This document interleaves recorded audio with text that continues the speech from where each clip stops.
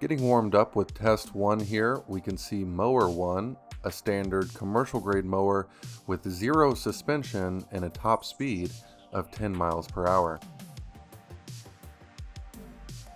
Mower 2, the entry-level TRX mower on the market right now, with full suspension, meaning a full suspension seat, front suspension in the forks, plus rear suspension and tracks. For Mower 3, similar to many top-of-the-line diesel mowers, a suspension seat, front suspension in the forks, as well as independent rear suspension in the back. Mower 4 now, a middle-grade commercial mower. It features a suspension seat and front suspension, however it does not have rear suspension. Now for Mower 5, it's the top-of-the-line TRX zero-turn mower with full suspension, meaning a suspension seat, front suspension in the forks, plus rear suspension and tracks. For test 2, we are going to start with Mower 1 and Mower 2.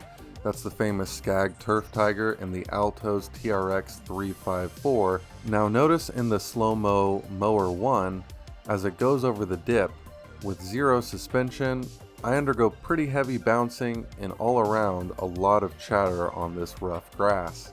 Now for Mower 2 with full suspension, the bouncing is less aggressive with much less chatter.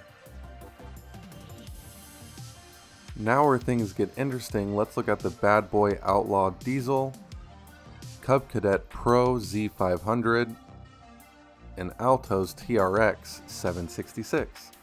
Each of these mowers has the same speed of 11 miles per hour. With Mower 3 having full suspension, we see a double bounce effect as it goes over the dip. Mower 4 with no rear suspension but front suspension has a large bounce as the back wheels come up and out of the dip. Now Mower 5 with full suspension and tracks does a great job not sending me flying out of the seat, but you can see the suspension going all the way up into the seat, causing some bouncing. Now for test 3, going the opposite direction this time. Mower 1 not looking so bad, partially because the lower ground speed. Same with Mower 2, however, still noticeably smoother than Mower 1. Mower 3 sending shock waves as I get double bounced from the suspension. Same with Mower 4, unfortunately for my back. And Mower 5 with some very non-offensive bouncing, very impressive. Test 4, we're looking at small vibrations or chatter.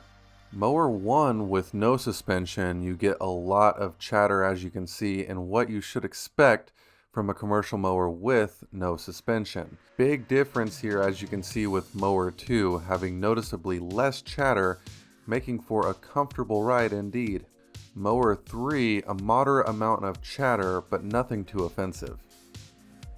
Same with Mower 4 here, except it gets a little offensive with how jerky it's being without the rear suspension. It's kind of just bouncing me around back there. And now Mower 5 looking buttery smooth with a minimal amount of chatter. Now looking at the same clips in 4x slow-mo, you can see those smaller vibrations a little better.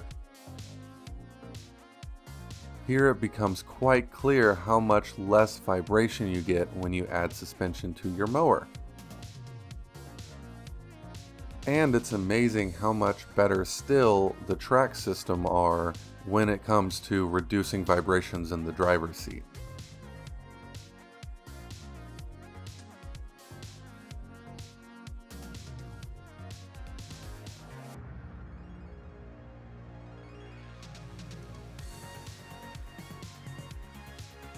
So now let's look at test 1 one more time to see if you can notice the differences in suspension better now than when you first saw the video.